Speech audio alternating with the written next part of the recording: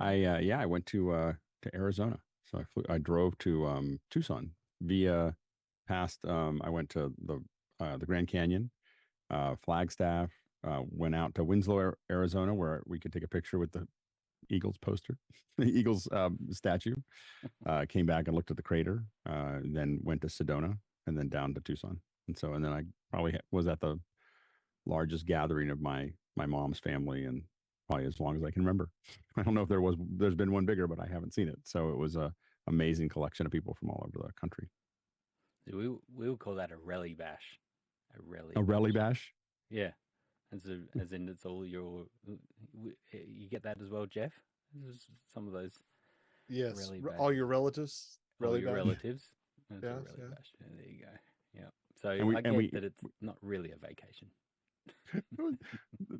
we and my niece she adopted a dog while she was there and took it home.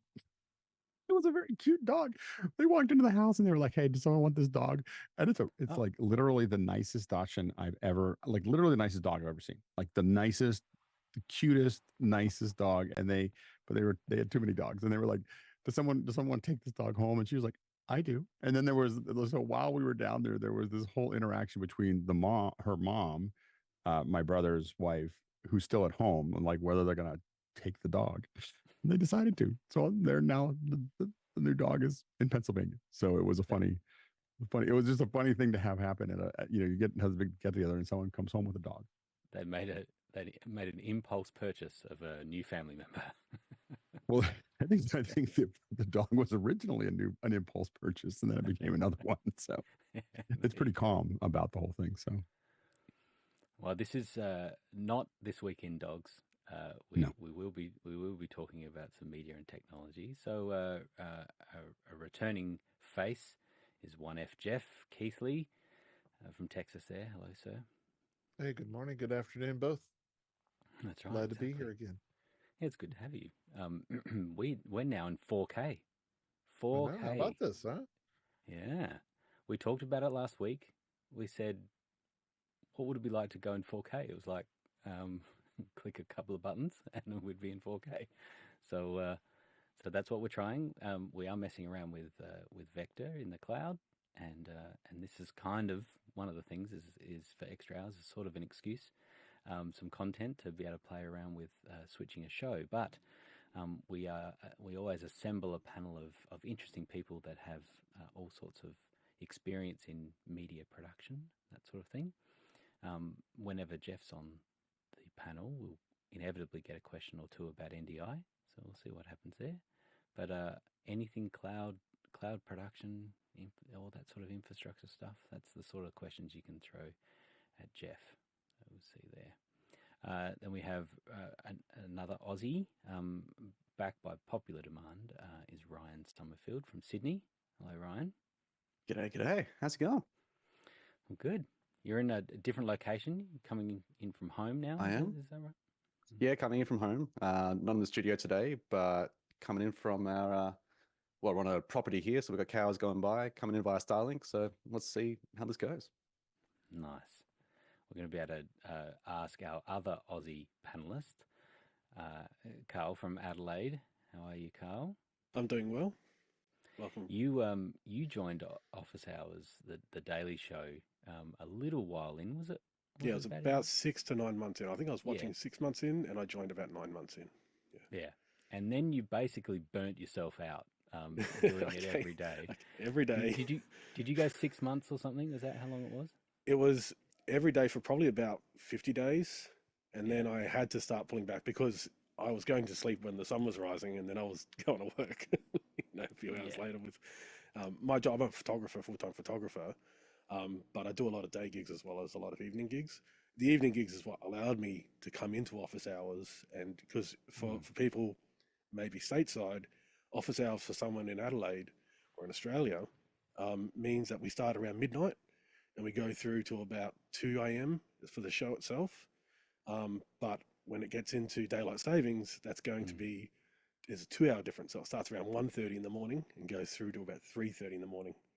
So that's the standard office hours for here in Adelaide. So if you end up coming on the show every day, you end up time shifting and your circadian rhythms get thrown out and everything like that. So, but Yep. yeah, it's good fun though. My claim to fame is that I was first to register for the very first Zoom event that Alex set up, and then I did about 3 months every day, and now that was all right because at that time the world was closing down and it was fine, you know, and then as slowly the world opened up again, that became harder and harder, and that daylight saving time was a killer as well, and so that just made it more difficult. But tried to still kind of get in, you know, once or twice a week was kind of the thing. But something you'll learn about Karl, everyone, is that I think his knowledge about production, so cameras, you know, you won't find a more knowledgeable person about cameras. A whole bunch of stuff with synths and playing in keyboards and things like that. But the thing that we might test at the end of the show, his general knowledge is mind-blowing. And so if you want to win at a trivia competition at a pub, you take Karl along and you will inevitably win. When was your last trivia? When was your last drink? Well, see, that's the thing, I don't drink. So I have a lot of wine here in my house. This wine, I simply win by going to trivia nights and winning. I win as a group. So that's the trick, is you have to be a group. So I'm not going to get every Taylor Swift question right. But as a group, I definitely put in my fair share, maybe a group of 10, maybe a group of 8. But that's how it is. But yeah, I've won my fair share of trivia nights, and it's always alcohol. I win, and I'm like, oh well, just go on the shelf. Well, you'll see. What I'm going to do at the end of the show, as a bit of a tease, is Karl versus ChatGPT, and I've done it before, and I went 30, 40 questions that ChatGPT came out with trivia questions, and I think Karl missed a couple of them. So that's a bit of a tease for later. Thank you for coming, Karl. It's great to have you in the normal hours. It's only 10:30 a.m. It's only 10:30 Adelaide, that's right. It's quite comfortable. Yeah. And then our final panel member is none other than Schy Gleason, who was also early on in the early days of office hours, right, Schy? Very early. My friend, local resident Guy Cochran, invited me to help understand more about helping teachers at the early days of COVID. And boy, did we help teachers and hopefully a lot of other people. Yeah, well, and then another office hours claim to fame for you would be Mad in the Kitchen as well, right? She has survived cancer, and she is back wanting to do another show. So who knows? Keep. She wants to do a Mad from the Desert concept. So wow. A wild women's weekend. We'll see what that means. Okay. Well, there you go. Does that include lizards? How to cooking up lizards? It's from Palm Desert. It's more than just food. That's the fun thing. It's women week, a woman's weekend, the never-ending weekend concept. So because we should explain, Grant, that she is the original beginner of what was called the Daily Show before it was the Daily Show, and she basically found Jon Stewart and then shepherded that show for 7 years as the early days of that Comedy Central, when they said, we want to do a show, it's going to be a comedy, we don't know what it is, here's a blank check and 120 people, go make it work, you got a year to figure it out. And then it became what it was, and she was the matriarch of that. Wow, that's a claim to fame. Now you've got a bunch of video editing experience as well. One of the things that Chris talks about was there are editors and then there are people that edit.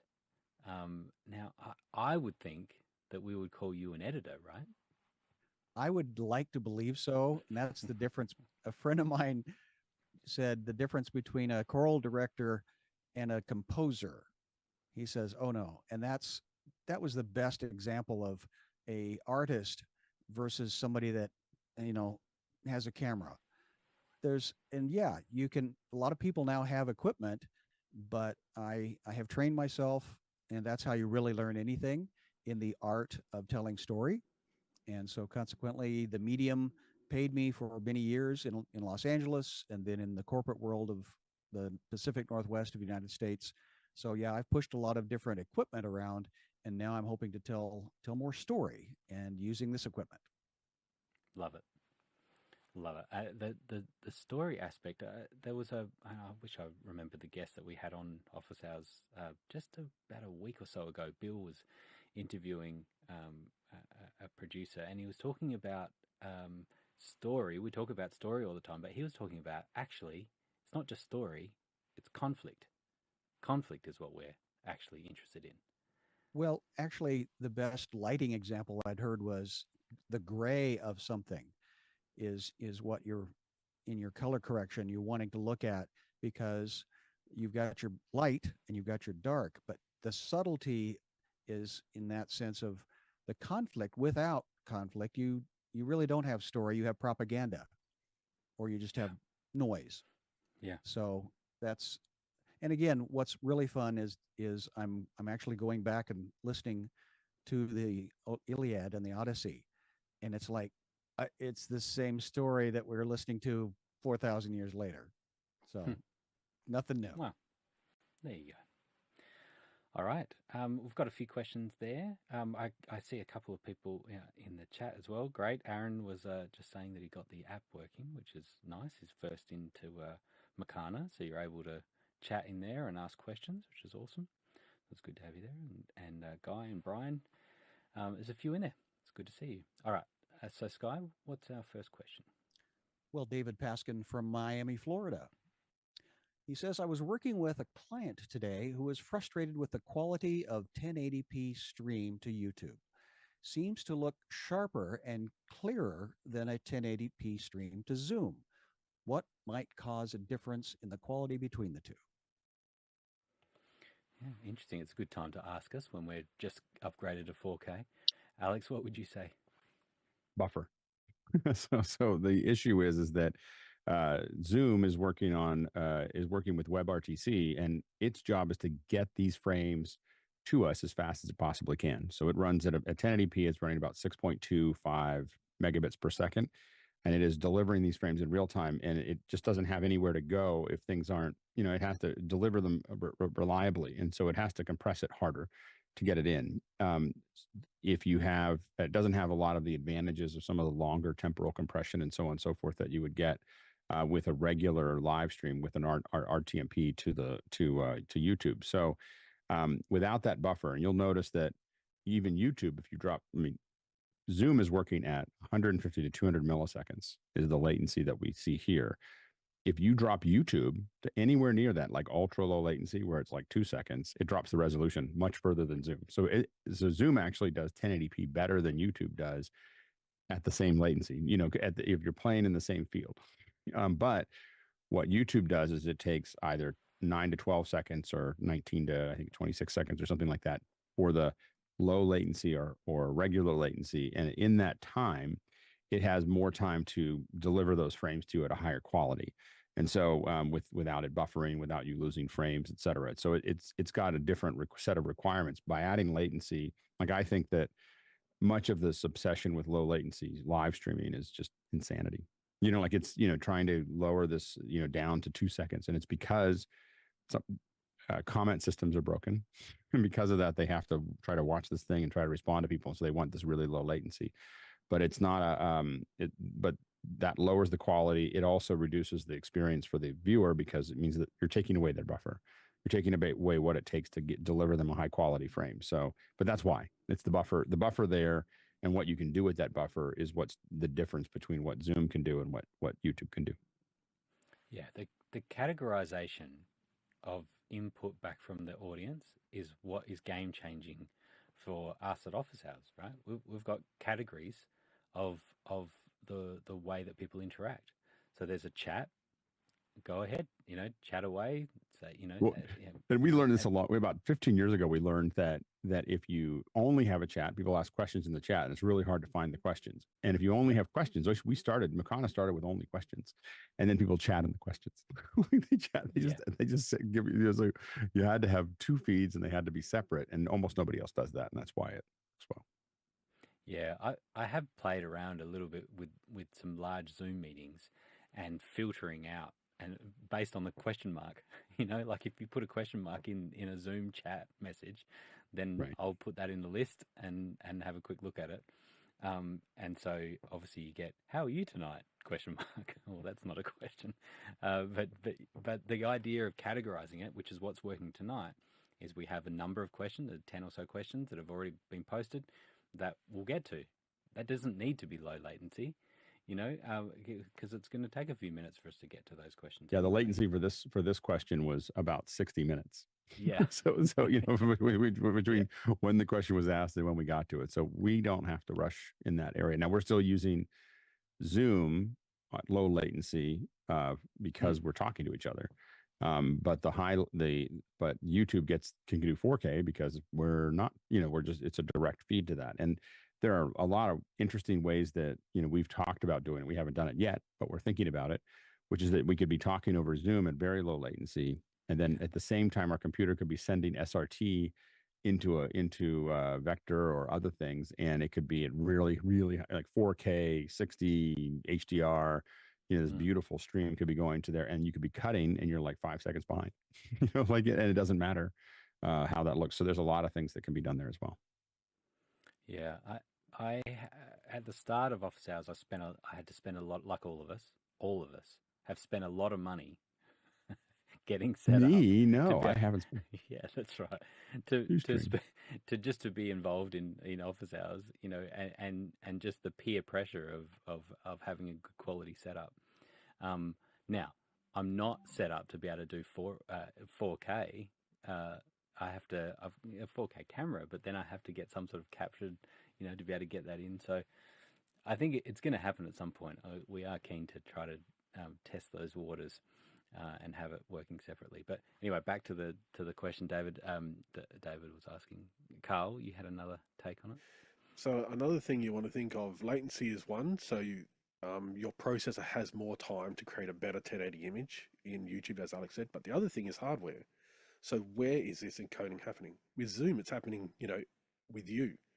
So it's actually happening on your device, and that's why there's like a restriction. You have to have 4 cores to do 1080 in Zoom, because that encoding, it's not happening at the mirror. It's actually happening in your location. So you're actually the one generating that 1080 pipe, with that 1080 stream of bits. Whereas with YouTube, you're sending it a mezzanine format, and then it's taking it and then it's going to put it into a very expensive server that's proprietarily made for Google, for YouTube, that just does this encoding and does it in its own proprietary format, of course, for some of the streams, or H.265. H.264 for some, and then AV1 for 4K, I believe. And so because of that hardware, better hardware does a better job in a shorter time. So even, when Alex said it's 9 seconds, even if you gave Zoom 9 seconds, it's got to do 9 seconds on your machine, not on a proprietary machine that probably costs, $500,000 for a rack of them, or probably a few $1 million, to be honest. So it's also hardware as well. So, you can, another way to think about this is how fast can something like Handbrake work?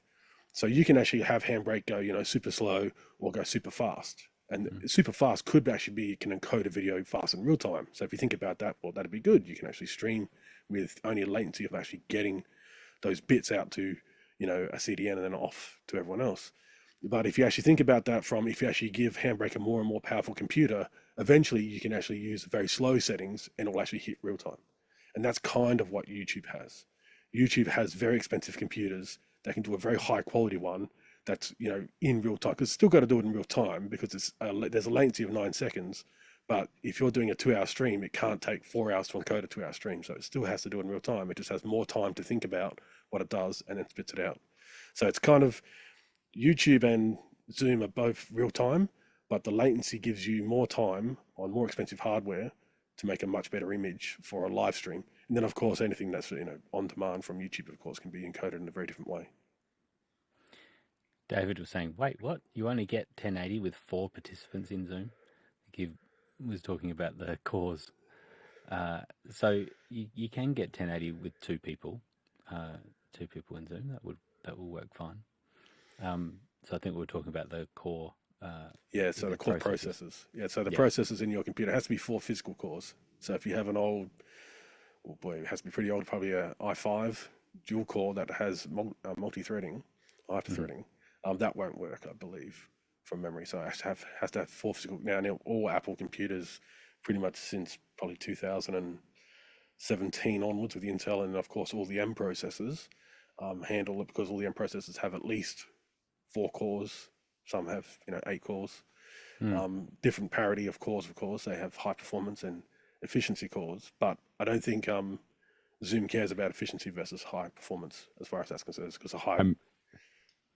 I'm fascinated to see if Apple actually makes this smaller Mac Mini. Yeah. Like it's, the idea to having a little Zoom machine that is that big. Apple TV size. Apple TV size. Apple TV size Mac Mini, that would be That'd be kind of cool. Yeah. Jeff might even buy one. You need someone. Jeff just looks at us Unity. to run Unity. Yeah. All I mean, right. it has a use. It has a use. Nice. This is a Next question. doorstop. This is from Guy Cochran down in San Diego. How will 4K impact this show? Carl? Oh, sorry. So I'll catch up on. So we're of course streaming over Zoom in 1080 because 1080 is the highest Zoom can do. But the show you're seeing, so when you see us side by side in a super source and the program out, so what you're seeing on YouTube, so that'll be 4K. So therefore, it maintains a 1080 even if you put 2 people side by side, which is pretty cool. But Alex said something before, and this is something when we started thinking about Office Hours 2.0. I remember saying this, and everyone just went, "No, we're never going to do that because there's a barrier to entry." And like I was going, okay, I understand. We don't want to raise the barrier to entry for people to join Office Hours. But essentially, the barrier to entry now is just the cheapest ATEM. So the ATEM Mini Pro, which is now the base model, which is $300 US, that can do SRT out now. So they've updated the firmware. So you can do SRT out to a few things. You can do it out to the streaming bridge. Yeah, 1080 to the streaming bridge, and it can do SRT out to I think the studio.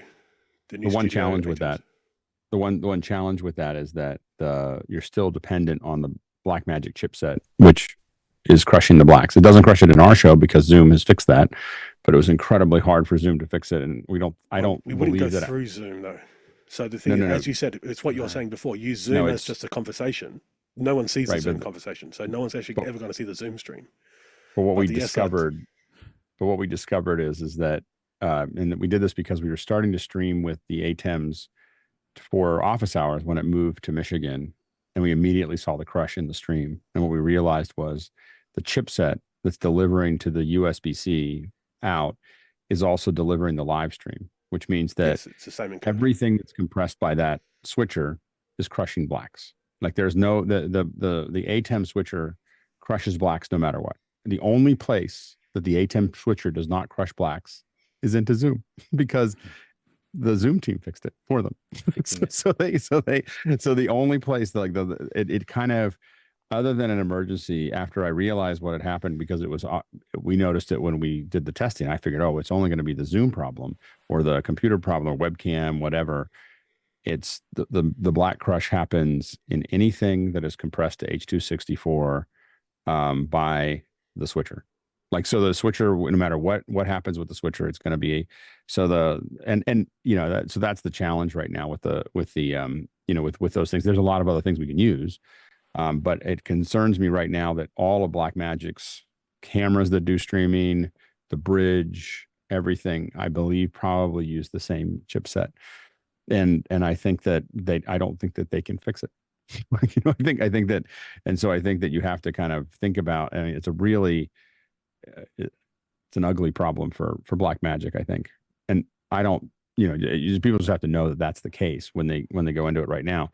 So, if you used a Magewell or you used, something else to stream it in the SRT, there's plenty of other SRT solutions, but and if you're fine with the black crush, it's fine too. Like it's not that big of a deal, but it is there. And we have to know that if we're trying to do really high quality, we probably wouldn't be able to.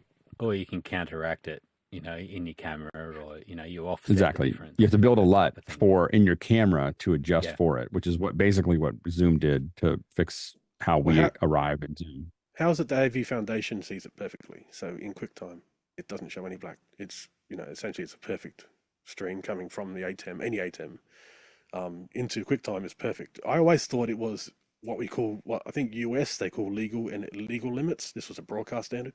It's only in the US. It had to do with bringing color television in and allowing black and white TVs to still work under the color standard. Yeah, it's full or partial.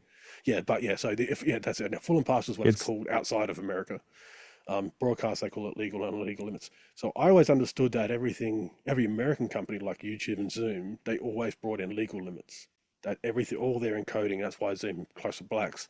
But Blackmagic being an Australian company, we don't have legal limits. We don't have that. We have essentially IRE in Australia is 0 to 100, same as Japan, 0 to 100. Where in America it's 7.5 to 100. Well, it's actually 7.5 to 92, but I won't get into that. But as far as I understood, it's because the video encoding that they were doing in YouTube, in Zoom, and all those, it was based on North American broadcast standards. It's understandable because if you're coming out of a broadcast camera, it would work.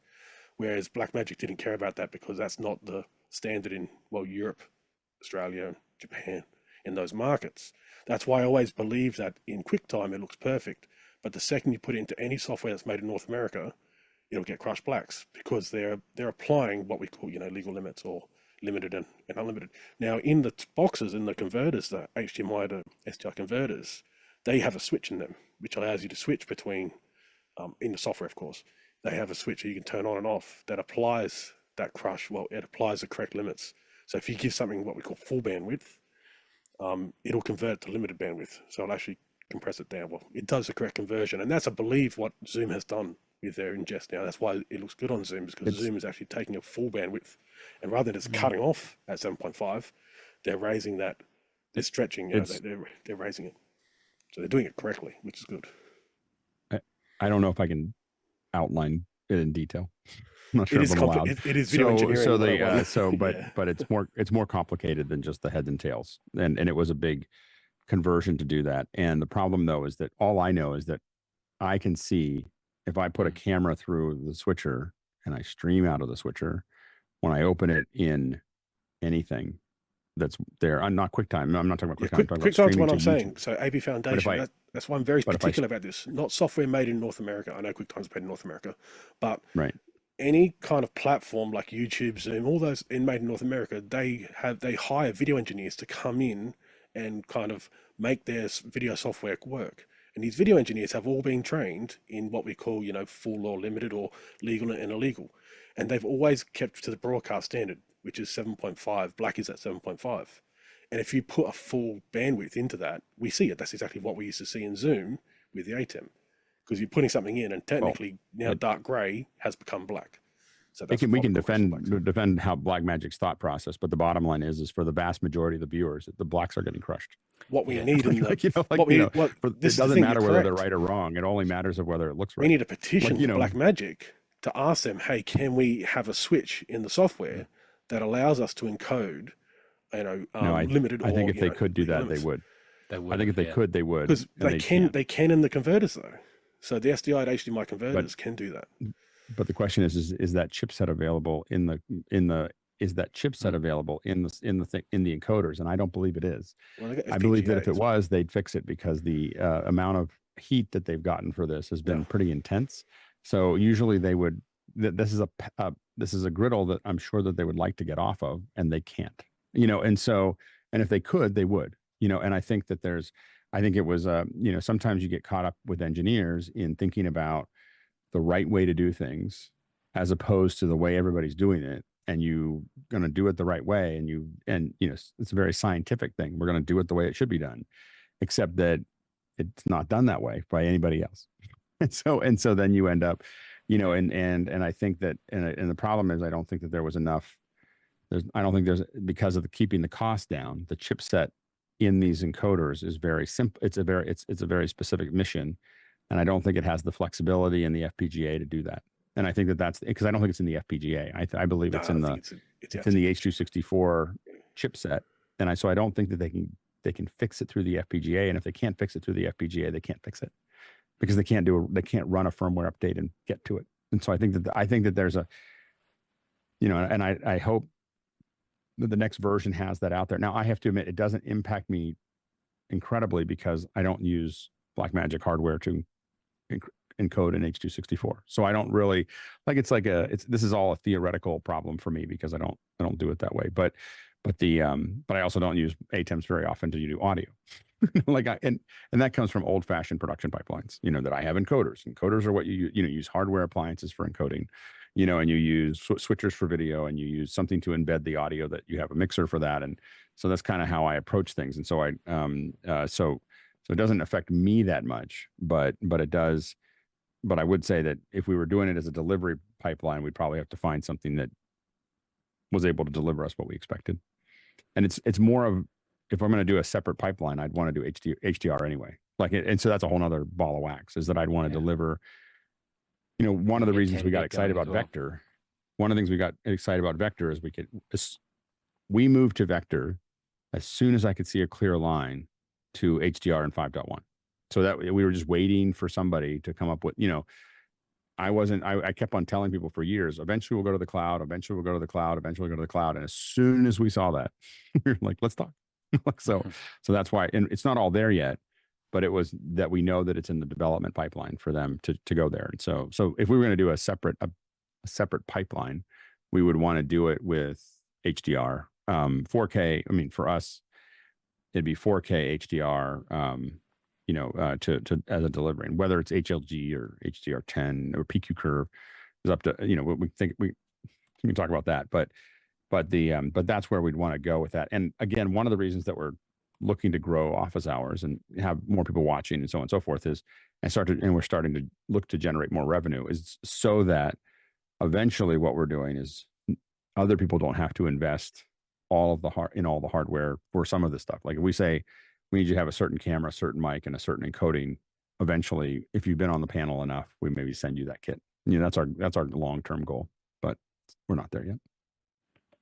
So we've gone on a tangent of a tangent, which is interesting. But the question about 4K, Taylor, I wonder if you can cut to a 4-shot, and you can probably hang on the 4-shot a little more tonight, because of that idea that on a quad view like that, we're seeing sort of close to pixel to pixel.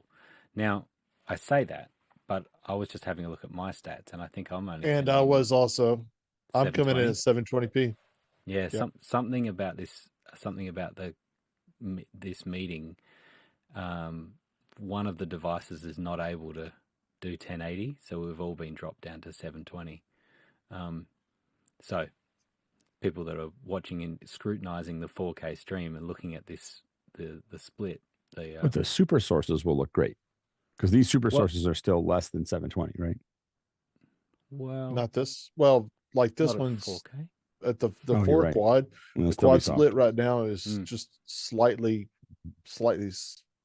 No, yeah, it's like 95% is what this. I had to resize a little bit, but the 6 up like that is getting closer. But of course, we've still got the vertical height. Yeah, the height. Yeah, yeah. It's still 2160 high, so yeah. But we'll keep playing around with it, and we can see if there's a particular device that's only managing 720 in the meeting at the moment, and I think that would change it. But Jeff, did you have something more to say about the 4K? No, I thought the process is pretty good. I was going to bring up to the point that I'm actually seeing myself in 720. I can see the difference visually here, and I also have Vector behind this screen also, so I'm watching its output simultaneously, and it's a lot easier to see now that we have the two monitors on there. So we all can see a multi-viewer of all the inputs, and then we have the GUI, which has really, really small multi-viewers on that. So this was a lot easier to punch on and see fine things like graphics, legibility, and then also our own video quality in itself. So yeah, I think it went together pretty well, but I'm already anxious to do the timing thing and try to figure out to do the SRTs. I've played with the concept before, but it's going to take some subduing to do a simultaneously a cut in both places, but it could be done. Yeah, It'd be great to play with sometime. Ryan, what do you think about it? Yeah, it's an interesting conversation in terms of going 4K at all. Like obviously the 4-up and stuff looks great and all of that, but I've done a bit of testing going between, even if I'm doing a project in 1080, if I'm not worried about latency, I will stream, especially to YouTube in 4K regardless, and just up-res it. Because I've actually found that even if you do the live stream, have 1080 source going in, put it into YouTube at 4K, and then even go back down to 1080, doing side-by-side 1080 streams will look better going up to 4K and back down again than just doing 1080 all the way through. It seems like YouTube's just putting more effort into that. So with a lot of my clients, I'm just going, sorry, what bandwidth? What bandwidth you using? Bit rate? It was a few years ago. I was doing this, I think it was about 16 meg or so, between 6 and 16 for 1080 and 4K. But yeah, I did a video just kind of uploading a whole bunch of different things. Also looking at the frame rate too, because again, this may have changed now, but when I was looking at it, YouTube will only ever stream in 30 or 60. So if you're doing 24, 25, 29, it'll push to 30. If you're doing 50, it'll push to 60. Yep. And so we're in Australia, we do everything in HAL usually, but because we're doing live streams now, I have a lot of arguments of engineers going, but we're in Australia. But I'm like, well, we're going online and we're going to be pushed to 30 or 60 anyway. So let's do it natively, because the conversion between 30, like 25 to 60, 25 to 30 and 24 to 30 just looks really, really bad. I did another video like showing, here's a 24 upload to 30 and looking at all the frames and how they were actually getting to YouTube on an output. So yeah, it's an interesting one to look at and go, well, even if you aren't doing a full 4K thing, doing it to 4K regardless, if you don't care about the latency, will give you a better picture in the long run regardless. So that's what I've been doing for most clients. Alex is chomping at the bit.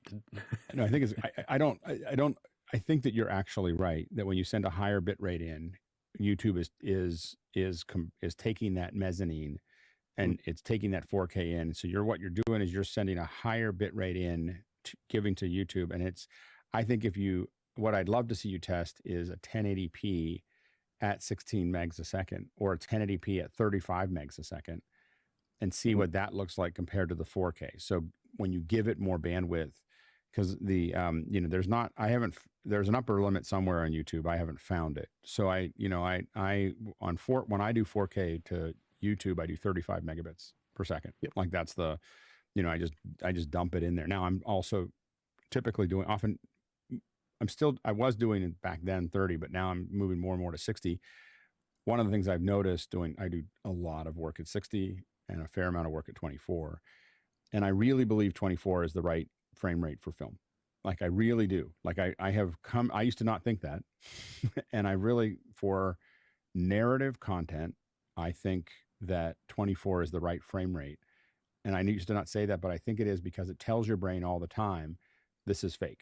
Like this is like this is not the real thing. And I think that that it allows you to do a lot of things like big camera shots and moves and jibs and helicopters and everything else because of the low frame rate.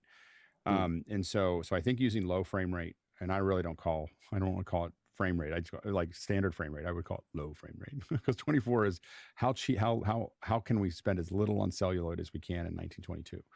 And so anyway, my first podcasts were all 24. I understand it because Mac Break was 24, because I was trying to save bandwidth. Same problem, 1/6 less content. And back then it cost money. And so I just did it.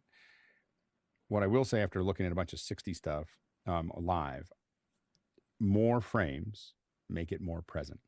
Like it just feels more like you're there. That's not good for film. Taking film, going from 24 to 60 makes it look like television, right? But 60 frames a second. And I used to make fun of people who said they were streaming at 60. I'm doing my corporate event at 60 frames a second. I was like, you don't need 60 frames a second for people walking around on stage. And the answer is I was wrong. 60 frames a second looks more present, and I will say that as on some of the tests that we've done at 120, the real number is the most important number that we look at is about 96 frames a second. Between 92 and 96 frames a second, your brain stops looking at it as video and starts looking at it as a window. And so we're really interested in 120, not for film. Again, I think because it changes the way you do filmmaking. You can't, at 120 frames a second on a large screen, you cannot use jibs. You cannot use steady cams. You cannot use helicopters. People get, about a third of the audience will get sick, and so because their brain is just processing it as the real thing, and yeah, go ahead. Yeah, so I think the difference is like I'd love to shoot 24, but it's more the fact that because YouTube's going to push to 30 regardless, if you're going to do 24, do it on your encoder side, and then push. I would say so you that should never YouTube's have not the doing cameras that. at 24. If you're doing live to YouTube, I would never put the camera. I would say that you need to your camera should be at the native frame rate that that people are watching it at. You should always have, I don't know if you agree with me or not, but I think that the camera, like I'm doing an event where I have to deliver 60 frames a second to one client, and on the same event, I have to do 24 frames a second. And I have two cameras. So Right. one camera is going to one where one is going, because I just find that adding frames or subtracting frames is not a great experience for the viewer. Totally. I don't know what your opinion is, Ryan, on that. Look, it's like for me, I like to pick the frame rate, ignoring streaming at the moment. So if I'm doing film, it'll be 24. If I'm doing sports or that kind of thing, it'll be 60 and all that kind of stuff. It's more that and even for like concerts and stuff, I'm actually really enjoying shooting at 24, 30 for concerts as well, just to give it that, and big sensor, give that filmic look, just something a little bit different. So because we're all so used to watching things in 60, but I think it's just more because of limitation of YouTube only streaming in 30 or 60, it's just trying to do that before YouTube does it itself. Because if you're streaming 24 content for whatever reason, then try and do it on your encoder side before it gets to there. I have to say that someone in office hours posted the CMA, the Country Music Association's CMA Fest, and it's shot natively at 60, and it's well engineered. And I will never shoot a concert with less than 60 frames a second again. Like, I saw it, and it is the most luscious concert footage I think I have ever seen. Like, it just, I just watched it and was just amazed at how it looked. It just looks so fluid, and you feel so much like you're there. I think that's the thing that I was just, I had to watch it. I'm not even really I'm definitely not a country music person.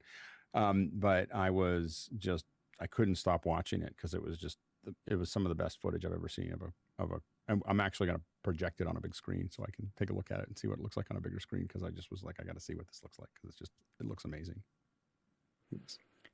It's a fascinating discussion because what YouTube does with a larger bandwidth, I've heard people talking about, I think even Marquez Brownlee was talking about this years ago, about pushing at 4K, even just not live streams, like just videos, doing them at 4K, you were allowed a higher bandwidth, right? Like it would take like these 30 megabit or more type. Of course, you wanted to be posting in 4K anyway, but it was an example of doing all of this work at a higher bit rate because YouTube would accept it when the resolution was a certain size, and that's what I wonder the test. Though I think YouTube, I mean, you, for the last decade, you can upload ProRes to YouTube. Right. Like, you can literally just take a ProRes file and just push it up. Crazy. It'll take it all. The real thing that we always found is that we actually liked our encodes, our H.264 records, high bandwidth H.264 encodes. I felt like ours looked better than if we put ProRes up, because, and we think it's because allowing a generalized encoder to encode from the raw source wasn't as good as quantizing it to some degree already. Like if we let our system churn on it on a dual pass, spend a bunch of time on it, get all the colors, to where we want them to be, YouTube had less choices, and we did better, if we optimized it for that. Yeah. Oh, it will be an interesting test to keep playing around with it and to see what this stream looks like as well, and particularly if we get our zoom back to 1080, see what happens there. Anyway, next question. From Alexander Knight in British Columbia. I used Restream for the first time via external encoder on Sunday to broaden our show's reach. There's no integration with Discord to push the stream to our community, which I assume is an API limitation. How does Twit do it? Manually? Yeah, Alex, are you intimate in the attic setup for Twit? I'm not. I think that, but I do think that Twit does it manually into Discord. When they play it in Discord, they're using the Discord tools to put it in. I admit that I find the streaming to Discord to be extremely frustrating. So as like I don't do it. The reason I don't know it very well is because I just find it to be, from a quality stability perspective, it's this is not their core competency, and it feels like it all the time. So the audio is blown out a lot as well. I often find as soon as you join a Discord stream, you've got to turn down to 20% because it's just not what they know how to do. Loud. Yeah, they and I just feel like that this is not their core competency, and it looks like it every time you use it. Yeah, Alexander, I was watching a live stream of Leo's when he started early for one of the shows, and the stream wasn't working correctly in Discord, but it was working fine everywhere else, which reveals to you that it's two separate workflows for Discord and then Restream. So everything else was working fine. I know the 5 or 6 other places they have as destinations was all fine, but the Discord one was not working. It was different, and so they had to do something else.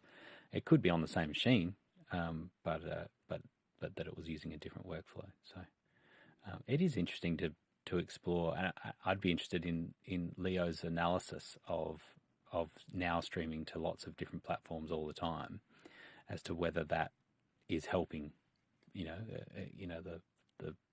community.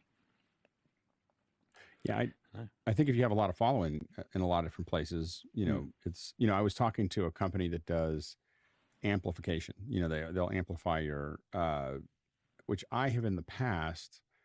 Ustream used to do this, and there was another one called Amp, and there's a bunch of other ones that do it where they amplify they use display ads, and they do and advertising inside of Facebook and advertising inside of Twitter and LinkedIn to get your live stream to a lot of people all at one time. They're buying ads to do that, or working through deals, and oftentimes it's excess capacity, excess real estate and other things and deals that they make, and they buy in bulk, and there's a bunch of things that they do. But what's interesting, and we're going to have them on the show at some point, but I was always against it because I always felt like it's heroin, because if you work at a corporation and you buy into this situation, you'll get 250,000. You can say, I want to pay for 250,000 views, and you'll get 250,000 views for your show. But now you're stuck. You just told your boss that you got 250,000 views for the show. And now if you get less than that, you'll lose your job. So now it's a great business model because everyone's hooked now. But talking to them, I realized if you acknowledge that you're going to have an inflation of views, you are getting out to a whole lot more people, and some of them will stick. And so you're kind of like getting it out to a lot more people, but you have to make sure everyone knows the limitations of what that looks like. In the same way, we're going to start streaming this fall, finally, after a lot of up and downs, to Twitter and LinkedIn and potentially a couple other ones. And but we think that more people will see it, and and some incrementally more people will watch the show. But I think that the danger you get into is fragmenting your market, fragmenting your audience. Yeah, I think it's thinking about what the purpose is. I like the idea that if you want to be involved in the community, that there's one place to do that. But that it could be going off to Facebook and going off to all these other places. Well, and if you want to ask questions and be in the chat, then you come to this one location. And that's where the best community experience happens. And that's what we're doing, which is that you have the QR code that we use for our show. So if you're watching on any of the other platforms, you can ask questions. But we keep on reminding you, oh, by the way, if you really want to be part of the community, you want to be part of the chat inside of Makana. And if you really want to be part of the community, you want to be in Discord. Yeah. Schy, what do you think? Well, as Alex just pointed out, I think each of these different platforms in my history is like a different stage. It's a different theater, and or a different restaurant. So people gather for different reasons, and they get to know each other, get to like each other, get feeling comfortable. So what's interesting is then they become absolute about which is the correct way of doing something. And then it becomes a whole different conversation. Yeah, it does. All right, next question. Well, that's me. That's you, Scott. Hey, Carmi, in Redondo Beach, California. Carmi needs a quiet, inexpensive 12-bay SAS3 chassis for that it supports ATX or E-ATX. Can be used. Redundant power supplies and hot swappable bays would be ideal. Alex, now for something different. Yeah. So all I gotta say, Carmi, is that I've read about one of these, and I've heard that they're made out of unobtainium. It's a alloy coming from from another planet. Evidently, there's a lot of mining. There's a lot of natives there that are upset about the whole thing, and so I think you're gonna have a hard time finding that all in one place. There's a variety of ones for the Super Micro, Norco, Chenbro. Are all things that make things that like what you're talking about, but all of them are loud. And so there's not really any way to get quiet or particularly inexpensive, and have it actually work well. But I think that you're going to want to think about an enclosure for it. Enclosures can drop you 40 dB. Putting it inside of that, you have to think about, obviously for something like this, you have to think about airflow, and how you're going to push cold air in there and pull it out. But I think that looking for something that's quiet, the quiet part is the hardest part in this area to make that work. So I don't think you'll be able to find something quiet. Jeff? Sounds like you want to roll your own. So then I would go to servercase.com. It's one of my favorite websites for when I was building a lot of PCs, but none of them were ever quiet. I echo exactly what Alex said. It's like once you get into NAS type building, they're hard to keep quiet. The 45 drives unit that I have, which actually takes, guess what, 45 drives, it is screaming, and if I take my earphones out, I could hear it because it's around the corner down the hall, and I can still hear it. And the new Dell server that I picked up, it's a 2U, so it's twice as loud. That's what I figured out. The 45 drives is 4U, and so the 2U is twice as loud because it's got smaller fans and just a lot of air trying to be moved in it. For the quietest I've ever ran across, Synology. Those are probably some of the quieter ones. I don't know if you'll get the size you need, but you are going to pay a little bit more because it's not really a do-it-yourself type solution to build yourself. But I've been really happy with ours. We use it for our cameras recording, and then a little bit for NAS storage. But you might look into Synology stuff, and they've got a ton of different versions and stuff. The ear is one way to make it a lot quieter is don't use spinning drives. So you have to pay for SSDs and a lot of them to get the same storage. So that's another option. Yeah. Karl? Yeah, I was just going to pick up on what Jeff said there right at the end. So Blackmagic make the Cloud Dock, which is essentially a NAS. You don't have to use it with any other Blackmagic product. You just plug it into a computer and see it, but it's all solid state. So yeah, it'll take 4 drives. So you technically, put 8 terabytes. So what's that, 32 in 1U. So just how many terabytes do you want? How many U's do you want? It doesn't have, its fans are very quiet. So, probably quieter than the Synology for spinny drives, but, it's solid state. So you're not going to have too much heat, but, we're starting to get megabucks once you start doing that. Yeah, I just think about, you got to ask the question, how much do you actually need for the speed? And then how much do you just need for storage, right? Because you can really have 2 separate solutions for that. I find that Dropbox, for me, works awesome for storage, right? Because I can just push it up there and it's just sitting there, and I've got 30 terabytes and it's fine. It works great. But obviously for speed, you know, if I was editing for and I had a speed. whole team, had a whole team Getting of it up there people, is a fun part. having a whole team of people that want to edit on something or whatever it is, I need to just work out what is actually the size that I just need for that to manage that one project at that one time. It may not be too much. Anyway, so the next question comes from Steve, as a friend of Karl and mine.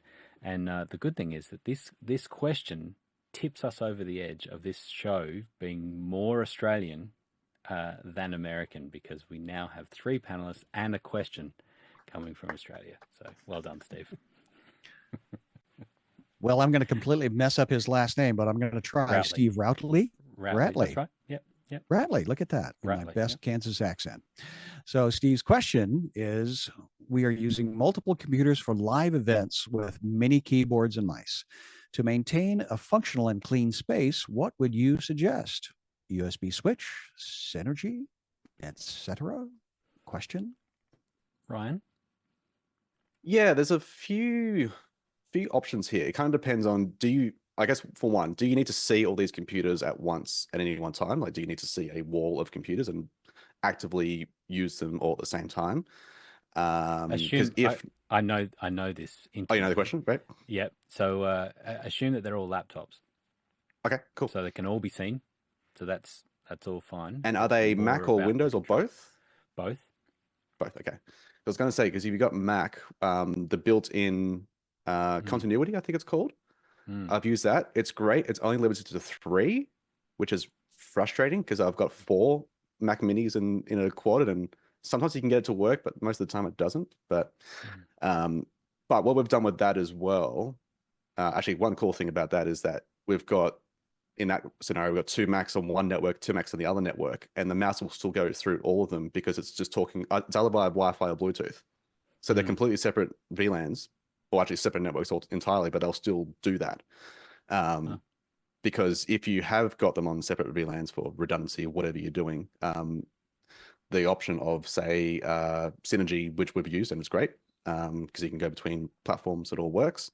But having that USB switch is useful as a when it breaks, not if. It's more, something will happen, it'll freak out. Having that switch there just to be able to go, crap, I need to get to this thing, you can get to it at any point. So yeah, we use the switch and we use the Mac one ourselves. But if you've actually got multiple computers, even look at KVMs and having a KVM in each thing, having one monitor and just jumping between them. If obviously not in this scenario, but just as another option. Jeff, you do a lot of the 4K screens and it's sort of 4 computers on one monitor, right? How do you manage those?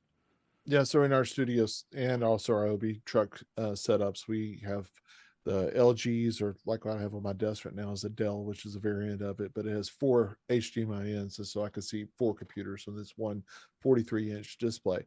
That works really well until you're trying to see 100 Zoom meetings that we're trying to manage. That fills up still fast, and so even with 4, it was not enough, and so we were using virtualization, VDI, basically a remote control software to see more things on one screen. But by having that 4K resolution to start with, that's where we have 20 monitors in our MCR next door to me, and it's a rack of two high. And so all those monitors are all 4K. So we can squeeze down a 1080 host screen and be able to still see it within those. We're stacking doing 3x3. So basically a 9 display per 4K display. So now this doesn't help him in his situation necessarily, but I would say KVM. Don't try the USB switches. Don't try Synergy, all this other software. When it comes to seeing and controlling computers quickly, hardware. And do you recommend a particular brand or something of the KVM? We're very successful with the DDX line, DDX from Adder. Adder's a great company to work with, and they also have a new IP-based line that is really great if you have the chops and you have the window or it's a little more expensive. The DDX is point-to-point over Cat 7 or Cat 6 shielded, but it is still affordable, but a little bit more expensive than I'm not talking like the $300 or $400 ones you buy on Amazon or whatever. These are you're $4,000 or $5,000 in on a decent KVM system, and then the adder, the next step up, the IP is the one Bo Cordell uses in all his racks, and that one is you're looking at almost $1,000 per endpoint at that point. So you get what you pay for, though, if you need it to work. It's a pretty dangerous panel to have both Jeff and Alex offering solutions for things when it's I'm still confused. I heard Jeff say hardware like 3 times in a row, like Beetlejuice, and I'm just not used to it. I'm just not used to hearing Jeff. I did that on hardware. purpose. I was like hardware. I was like, what's he talking about? I was like, this is all crazy. But you're talking about something it's a problem though, because I'm doing cloud production now, and it's like, what do I need? A whole bunch of monitors now. So a whole bunch more hardware. This is Jeff's AI version, Jeff. I have I use KVM for this, and I don't have. I mean, on my I use pretty cheap ones that are just I just ignore the video part of it for me. They're just $2,000 or something, just cheap. No, cheap no. ones. This is like $150 teeter or whatever. It's like an 8 thing. It cost it funny. It made a big loud beep every time you change it, and I had to fix it. I had to take it out and pull the PZO out and then put it back together. So it's like a really cheap little KVM. And I use it all day, every day. The one reason I got this one specifically, and it's sitting on the end because I had it working years ago, maybe a decade ago, because I've had lots of screens for a long time. And what we did, and I just, it's one of those things I haven't gotten around to getting working with this one because I haven't gotten the calls. But what I had, I will say that one thing that made it easier is in one iteration of the array that I have here, maybe again about 10 years ago, I had a programmer built this for me that it was a touchscreen. So but a touchscreen, remember, is just USB, right? So what we did is we fed it a multi-view of all the screens that I have that I want to control. I know this will sound over the top, but hear me out. We had a 9x9 grid, and it has a 9x9, USB input, right? So if I just tap on it, it was sending to a computer. I'm tapping in this ninth, this third, right? And so I tap on it, and it would send an RS-232 to change the KVM. And the reason that was useful, I still had the buttons in the front if I needed to, if for some reason it didn't work. But there's something about being able to just look over at the monitor and go, oh, I want that one. And you just tap on the one you want, and it just, now you have control of it. You just tap on it. And it was super luxurious. It was just to have this thing where you're getting it's live feeds. And now admittedly, when it gets back to costing money, it was an MV16, from Blackmagic that was feeding the 9 up, but it could go 16 up to 2x2, 3x3, or 4x4, and I could just tap on it. Now my KVM was limited to 8, so I could only use. There was one black square, so it was a little bit lower on it. But there's something about being able to just tap on something that you're looking at and have it switch to what you want it to do. That was, and we also had it tied into the ATEM switcher, so I could tap on what I wanted to show. And it was super useful. So anyway, just something to think about. That is cool. Yeah. And I see Bo has said about a particular model XDIPS at about $500 a unit and can be, do you know those ones, Jeff? That's the ones. That's the one I was talking about. Yeah. So it depends, but you have to have there's a receiver and a transmitter type thing too. So you have to accommodate for that a little bit. But at the same device. So you just buy multiple of these devices. They can be a transmitter or a receiver. So you just plonk them anywhere, and then you just either plug in a monitor or plug in a device. So you don't have to worry about getting multiple receivers, multiple You just buy 10 of them, and you just put them wherever you need. It's great. But they're not bi-directional, right? They're just one or the other, as in you choose. It can do pass through of a local. So if you have a local computer, it can pass through and then also bring in the remotes as well. I can't remember if it puts that into the network or not. Right. But yeah, it does have a little pass-through option, I'm pretty sure, from memory. And in theory, can you have one transmitter and then, 3 receivers or the other way around? Yes, yes, you can. I don't know how it goes in terms of fighting and if you've got multiple people moving mouse, whatever. But yeah, I've definitely had multiple screens showing the same computer. Yeah, and it's the same way our DDX is. It's the older version of this. It's what the DDX is. And you could have 3 people, or because you could scale it, there's a 10 unit and a 30 unit, and you could tell I wanted to have 5 units that are, or 5 inputs that are the actual computers, and then 5 user stations. And then you had to buy the appropriate boxes for each end. But you could actually have 5 user stations looking at one particular computer, but Windows or Mac, either one, it's one mouse, and you shall fight for a while. That's all there is to it. I was actually fighting with Taylor earlier because I was trying to adjust some audio at the same time. So it's the same thing as the virtual. I don't know why I didn't say this, but there is another product out there that is free, and it's worth a shot if you just want to kind of clean up the space, and that's NDI Tools. If you're using PCs, that is a great KVM. through NDI. Yes. Yeah. Absolutely. It's super quick, and honestly, it's very fast. And I was just thinking about it whenever Alex was saying about touching a touch screen through a favorite piece of software platform that we use.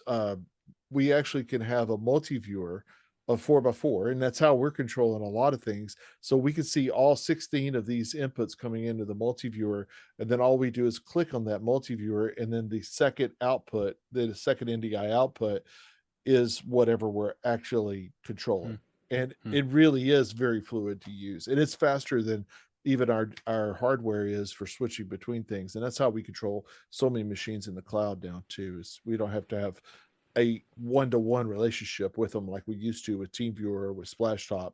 It's just a one into our Sienna processing engine, which then allows us to control those outputs. I was going to say, people have got dry mouths. You know, they were waiting. They were just like waiting for the drinking game of Sienna. I was holding it off as long as I could. Yeah, they're just like, let me drink already. Just a quick tip with the XDIP, just make sure it's on a separate VLAN. It'll do multicast stuff, just separate it. It's not fun. Can speak from experience. Nice. Karl?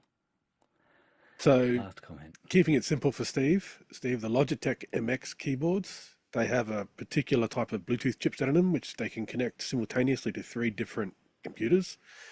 So, and they come in, you've got an MX there, and you've got the little buttons up the top, which you can change between the 1, 2, and 3. The cool thing about those is you can get them in grey and dark grey and light grey, black and white. So you can actually run 6 computers very clearly, knowing that this white one controls this 3 laptops and this black one controls these 3 laptops. And you don't have to have, all you need is a rainbow of mice if you want to use mice and not the touchpads. So you will need a single mice per computer, but you can just have those Logitech MX keyboards, and you can get mechanical clicky keyboards as well. They have mice too. We use the mice also. The ones with the 3 switches on them. The 3 switches on them. I don't mind those, but they don't have the same chipset that's in the keyboard. The keyboard is continuous, so it actually maintains a connection to all 3 computers simultaneously. The mice actually, you're switching, so it will go connected. So when you switch to 2, it'll instantly connect because the computer will see it and will go connect. So you'll see it, but it's not persistent. There will be a tiny lag. We've got bunches of them around here. Yeah. I've never noticed the mice as well if you want to do the mice. Major issue. Yeah. But I would prefer to have a single mice, because mice is like a very direct thing, like a touchpad. I'd rather have 1 mice per computer and just have like a rainbow of mices, knowing which one they're linked to. But the keyboards is what you actually want, because they take up a lot more room. So the keyboards, you want maybe 2 keyboards for 6 computers. But it's just, and they're tiny. They fit in a case, they're rechargeable. And the fact that they're persistent. So the communication between the keyboard and the 3 computers in that case is persistent. They don't actually, it's not like it's switching off one Bluetooth, switching on another. So it doesn't take that like 5 seconds for your computer to recognize the keyboard again. It's always there. They're pretty cool. They're pretty cheap too, $100, $200, whatever they are. And one thing that I've done is I have the RF, mouse. So I have a trackpad that's an RF trackpad, just because I didn't like all the wires going across. And same thing with the keyboard. And so those are plugged into the KVM. So it's wireless, but KVM'd, which that's exactly how we're using it. Yep. All right. That's everything and more that you need to know about KVMs. Not that we're geeky about everything. That's right. Yeah. Next question. I felt like we're at the Olympics. I was waiting for the score to show up. And here we are from Alexander Knight is putting in the question. We have a countdown clock on our black background with the podcast logo before we start our live stream. My co-host uses a hyperdeck to play back. I want people to see us talking on camera during the countdown, but have us really dim until we start the effect.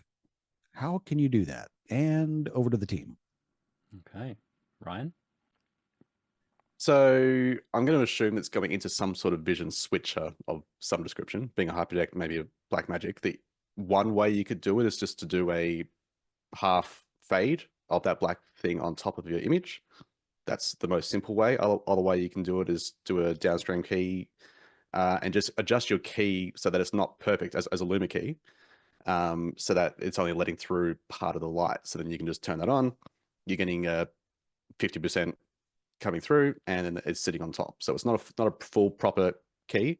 It's just a bad key, but for what you're looking for, this would actually work well, and actually would actually help if you're, for example, doing a YouTube live stream with the Blackmagic encoder, which is a variable encoder. The amount of times I've had someone give me a holding slide for an hour, and YouTube's completely freaked out because there's been no data going for a while, and then as soon as you start pushing data, it's going whatever. So having movement is good as much as possible. Yeah, good. Karl? Yeah, so exactly what Ryan said there. So a bad Luma key is what you want, or a creative Luma key. You can also play around with a LUT on your video as well.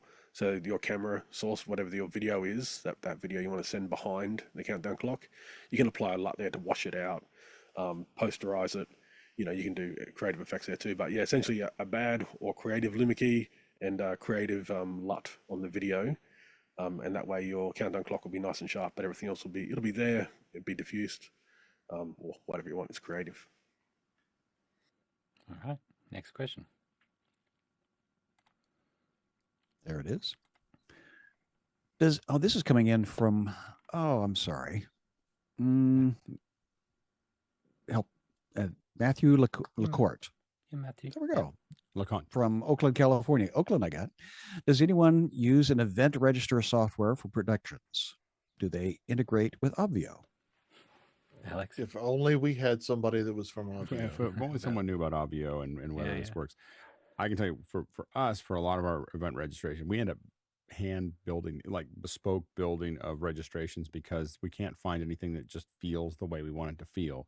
So a lot of times we spend a lot of time integrating it with the client's look and feel for their piece, and we just haven't found, like, sending them to Eventbrite or to many other things doesn't feel like their event, and so everything that we're doing is. And the other thing I will say is try to minimize, for whatever you're doing, try to minimize the things you ask for people. Only ask for what you need to do the event. The number of people, especially if you're doing something that people are paying for, is a little different. If you're doing a free event, every line that you add reduces the chances they're going to fill that form out by like 25%. It's just like this. I mean, I'm always amazed at what people want to ask me before an event. I start filling it out and I'm like, nah, never mind. Like it better be really good. I mean, they better be telling me like how to turn, lead into gold if I'm going to like actually fill that form out, and I think that that's the real challenge that people have, is they ask for all this information up front because that's their sales guys all want lead generation. But the amount of people you're turning away from actually watching your content is probably 99%. Like it's literally 99% fall off, and so it's just really, it's cray. We're doing lots of rat holes tonight, or I am. Yeah, we are. So anyway, but I'll hand the real question over to. We lost a little of your audio there, or I lost my audio. Can you guys still hear me? No, it was me. Oh, okay. No, Okay. something just. I saw it come up on Zoom, so it changed microphones. I agree. I think the least amount of registration data you need, the better. And with Obvio, we can talk about Obvio another time, but as Blue and I have built to get people into Zoom. So it's really just like an event hosting platform to get people to a dashboard to then get them into Zoom. And the thing that we find is that we would rather have people connect with very basic, like first name, last name, email. is what we want. That's all we want. And then we can ask for more data later, and we can do different processes for that. But I would just say, and Matthew is, I know he's kind of kicking the tires of Obvio at the moment, and just thinking about how he can incorporate it. And so one of the things that I can, not that, this one, is these are the integrations that we have directly with Obvio. And so there's systems like Keep and MailChimp, all of these ones will have a registration process that you can incorporate and then build that into Obvio. And then, we're sort of building out our own, at the moment, way of selling tickets and things like that as well, so that it's all just in one system. But all of those I was saying, but the one key one there is Zapier. Zapier then connects you to literally thousands of other platforms, and even creating your own APIs and things. So if, like Alex, you were building out a very simple registration system with a web developer, you could then integrate that with Zapier very easily, and Zapier would talk to Obvio, and that would get the people connected. So lots of options there. All right, next question. Karen, it is from Melbourne. I have an ATEM Mini Extreme Pro and connecting to a laptop with USB-C, but Zoom can't see Blackmagic webcam. Any suggestions? Karl? All right, so there's kind of a list of things you want to just tick off first. So one is make sure you have the latest firmware on the ATEM Mini Pro Extreme. Make sure you're running the latest version of Zoom. So make sure you just update that software. You don't have to have a pro version. The other thing is you don't want to go through a hub. So just avoid hubs. So go directly into the computer if you can. I understand there's, ports on computers are, they're very valuable, but do try that. Even if you don't have the amount of ports, just test it to make sure it's not that. Another one's cable. So the USB-C cable itself, that's another one you want to take a look at. Not all USB-C cables are made the same, especially if you're buying them from Amazon, especially in Australia, if you're buying them on Amazon or Temu. But yeah, so they're the four things I would check. I don't think there's any issues at the moment. I know there was a large firmware updates for the ATEM Mini Pros and the Extremes, but I think all the little bugs that they did have in those, they've already updated. That's why I'm just saying, just make sure you update your firmware for all of those. If it's still not working, the other thing, obviously probably the first one is make sure you reboot your computer. I understand a lot of people just don't reboot the computers. They just shut them down and bring them back up, or log out and log back on. But do reboot your computer completely. And also, I guess with your ATEM Mini, some people leave them just on completely. So make sure you do a power cycle for that as well. So power cycle both the computer and the ATEM as well. But yeah, so I guess those 6 things, once you go through those 6 things, if you're still having problems, come back to us either in office hours or in after hours, and we'll speak to you there as well. Nice. Next question. From Carmen Redondo Beach again. Has anyone figured out how to change the location of the media in DaVinci Resolve directly in the database? Want to be able to move the project from online storage to nearline. Alex?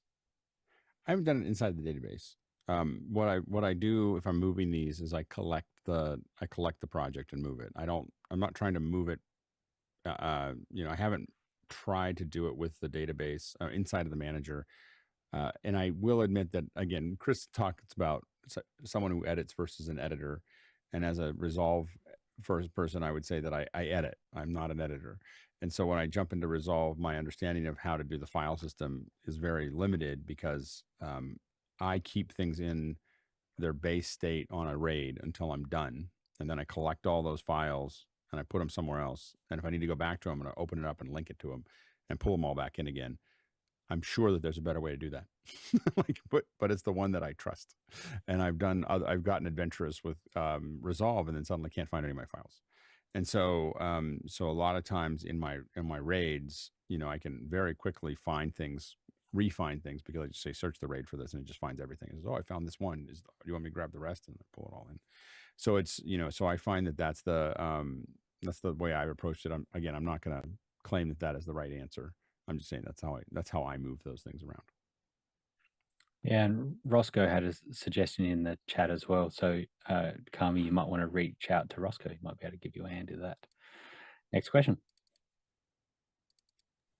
Speaking of Roscoe, from Madison, Indiana, have you seen a growth in automated sports production? What about automated AI commentary? And he's rather a large link with regards to TV technology there. Jeff? Absolutely. It's coming. It's coming fast. Actually, there's a lot of people working on it already. We're playing around with it. I've been using tracking cameras. A lot of people will say that's AI. It's not. It's computer vision. It's not truly AI to me. I want AI to me is more closer to having a large amount of information and be able to answer a question type thing, or it does a thing that it's supposed to do and make decisions, where the computer vision's actually not. You're just giving it a few parameters and it's playing within that.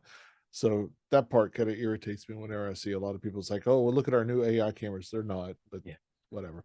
But I know on the commentary side, I have a company, Infinite Athlete, that I got a demo with at NAB this year. And I was just, another friend invited me, because, hey, you got to come see this. My cousin works for him. He's been talking about how cool it is and everything. I was like, okay, fine. I'll sit out there and rest my knees for a little bit. It blew me away. And they were using true trained AI voices.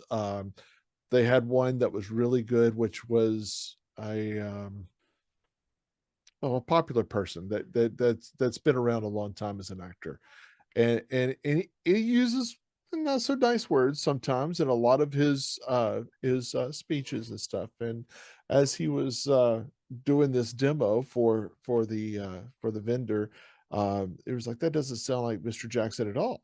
It doesn't sound like it at all. He didn't curse, but none. And so they went back and retrained it.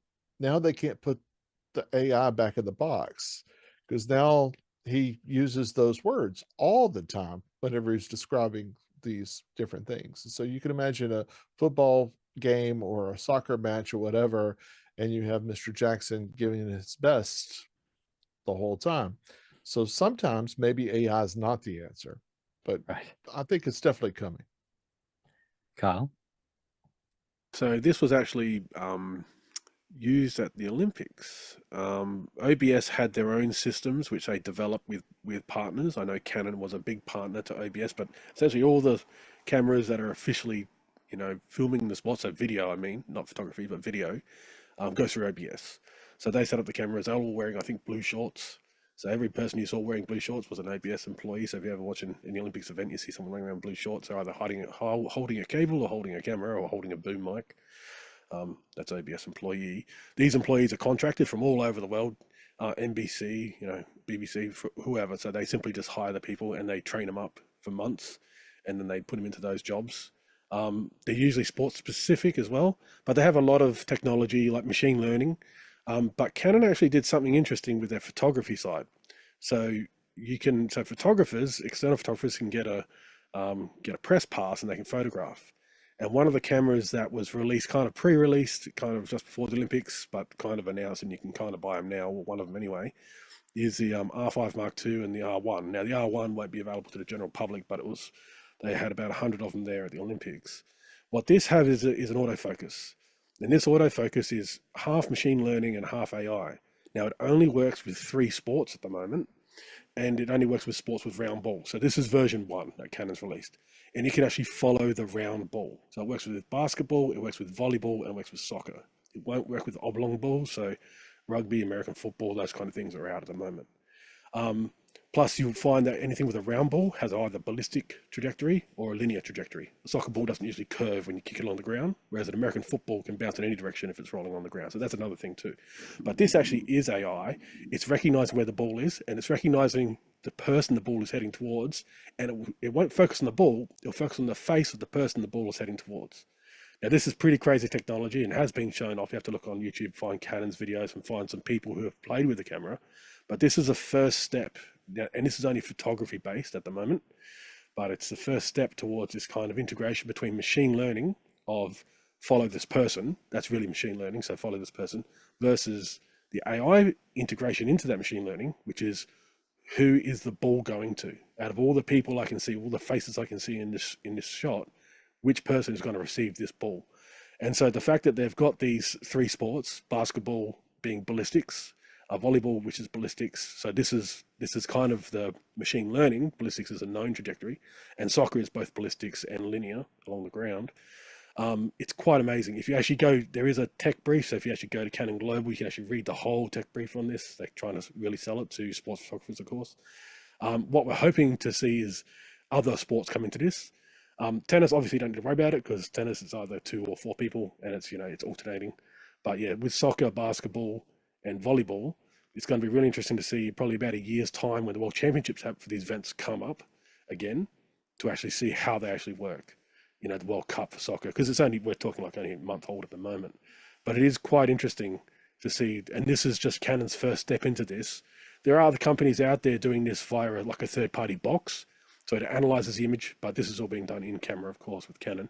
Canon has a whole other system that they've worked with OBS as well on, which I believe was used at gymnastics and all this kind of stuff.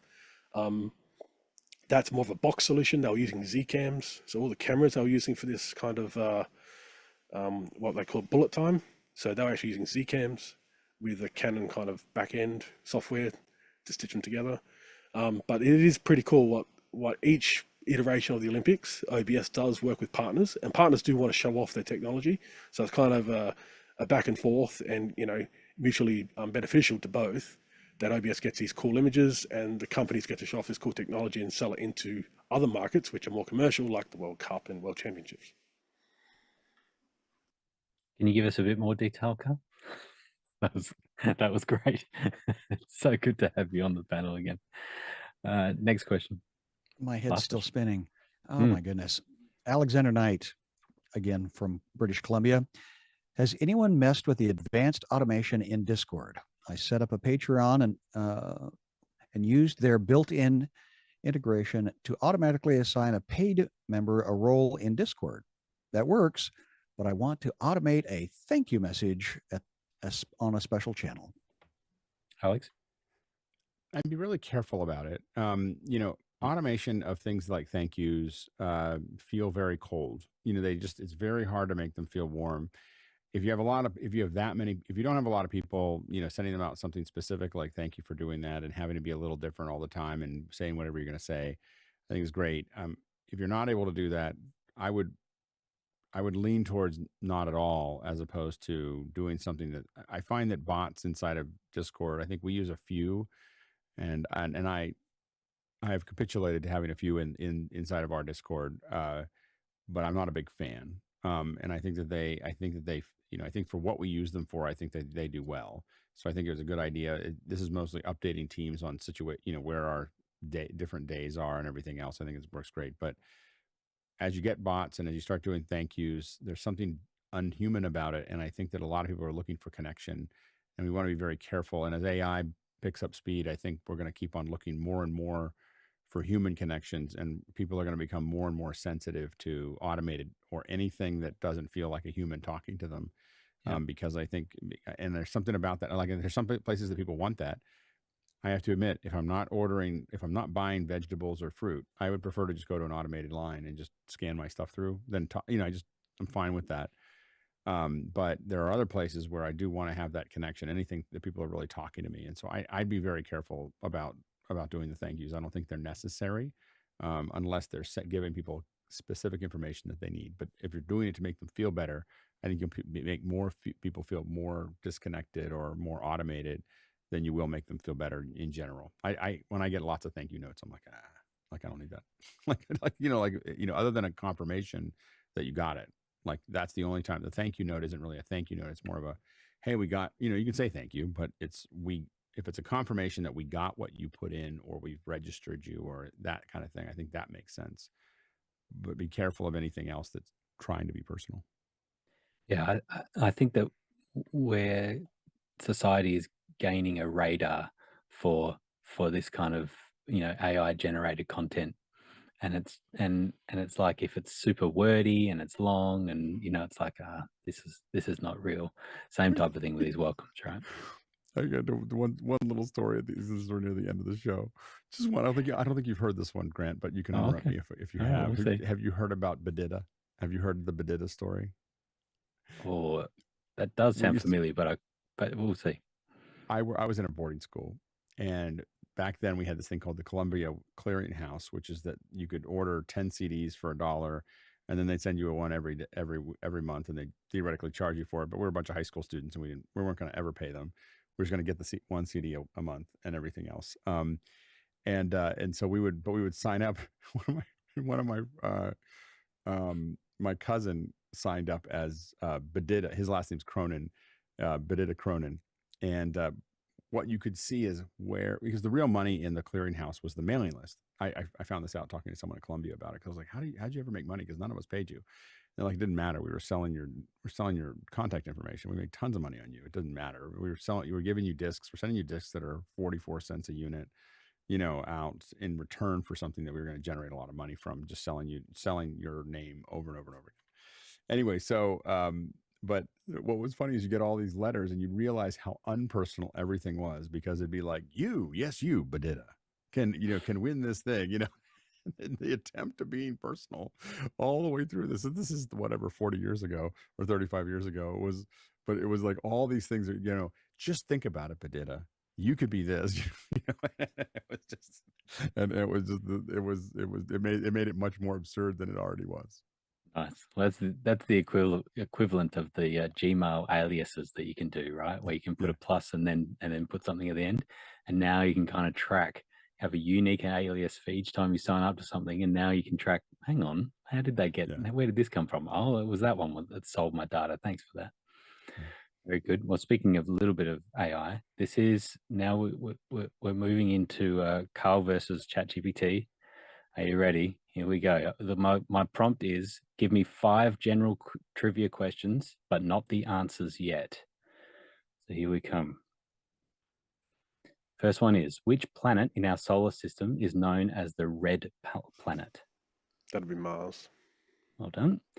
Who wrote the famous play Romeo and Juliet? This is easy. William Shakespeare. Oh, this is not hard. What is the capital city of Australia? Canberra. It means meeting place in Aboriginal. Well done. In which year did the Titanic sink? 1912. Ooh, it's the only one I'll have to double check. Fact checkers. 12th. Whoa, nice. Which chemical element has the symbol O? Oxygen. Oh, gee. If you do heaps of these, so that's the thing, is like, yes, I've got those 5, but there will be one that will come up and be like, okay, that's out of an area I don't know. 1912. He was exactly right. All right. 5 more harder ones. No answers. And then we'll have to stop. What is the smallest country by land area in the world? Vatican City. Oh, nice. Which physicist developed the theory of general relativity? Albert Einstein. In which year did the Berlin Wall fall? 1989. What is the longest river in Asia? The Yangtze. Who painted the ceiling in the Sistine Chapel in the Vatican? Michelangelo. See how we just spent hours. Vatican City, Albert Einstein, 1989. Is that what you said? Yeah, 89. Yeah. And the Yangtze, is that what you said? You Yangtze, said that too, yeah. Michelangelo. Yangtze. I think I pronounced that right. See, it kind of just gets boring now, because you're like. So we sat for a couple of hours, and I probably did 50 questions at Karl doing the same thing, and it's basically that same response. Well done, Karl. Thank you very much. That's your little trick for the end of the show. All right, we're going to do a quick round of a content recommendation. Ryan, what have you got? I just saw a recent Linus Tech Tips video talking about ultrasonic speakers. I'd be curious to play with them and see how they could be used for, because it's like very directional speakers. So I'd be curious to see things like comms, because I don't know how to wear headsets all day, or pointing at someone, not having to have headphones in them. I'd just be curious to play with it. So that was an interesting one. Nice, good one. Alex, what have you got? My kids and I, when we drive, we were talking about this before the show. The way we do the radio, we just drove to Arizona and back, and so we spent, I don't know, 30 some hours in the car together, and it was great. But one of the things we do is, for the most of the show, most of it, we go through. Um, I play a song, then then my son plays a song, then my daughter plays a song, then I play a song, and we try to build off of the one that happened before us, and it slowly winds around and everything else. But when we get tired, we go to albums, and so we start playing whole albums for each other to just like let us sit for a little bit, because it's actually pretty stressful to do it every third person for hours. And so I was playing it, and I just forgot how great Michael Penn's March, the album March by Michael Penn. This was an album that came out in 1989. And I can remember where I was when No Myth, which is the song that Michael Penn's probably most known for, came out. It literally started playing, and by the time the song had ended, I had bought March. Like I literally pulled up to a CD. I just like, this is my music. Like it was just like I so identified with the feel of the music and everything else. And the album just keeps going. I mean, it's just amazing. It's just such a well-written, the words are so good, and it's so well written that I would highly recommend. If you haven't, it's guitar based. So if you like it, it's the kind of, guitar based. He's connected to another album I like a lot is Till Tuesday, their Welcome Home album, which is the one that you're most known for. And the lead singer for Till Tuesday is Amy Mann, and Michael Penn and Amy Mann are married. and both of them, the lyricists, both of those albums are great. But I would, if you like guitar based stuff, if you like, I don't know, Toad the Wet Sprocket or Noah Kahan or Dave Matthews or that type of thing, that's the kind of sound, and I would highly recommend it. Nice. There's a particular similar sort of game that I've played with friends on road trips, and that is, we call it like the Spotify game, and we'll come up with a theme, and then we pass the phone around and we add in like up next, add to up next, and it just keeps adding this playlist, and so it'll be like a color or a particular, there'll be some theme, and then it's always a mystery as to what the next song's going to come up. And why it fits the theme. So it's amazing the type of stuff and for us, we never know, because you don't, no one they kind of hide it, so no one sees the next one. So you're like listening to the song and you have no idea. And what's funny is when it pops up, and every once in a while you choose one that someone else was going to choose, like thought that should be next, and they're like, yeah, that was exactly what I thought. Because we're trying to play off of the last song and go into the next song, and so it's fun. Yeah, I would try to add extra elements to it, which is the most amount of people that know the words to the song. So you're trying to pick a song that everyone knows as well that fits the theme. But I am actually interested to sort of build an app or an add-on to Spotify or something for this, to make it easy. Everyone can just log in on their phones and then just add it, and away it goes. See what happens. Schy, what have you got as a content recommendation?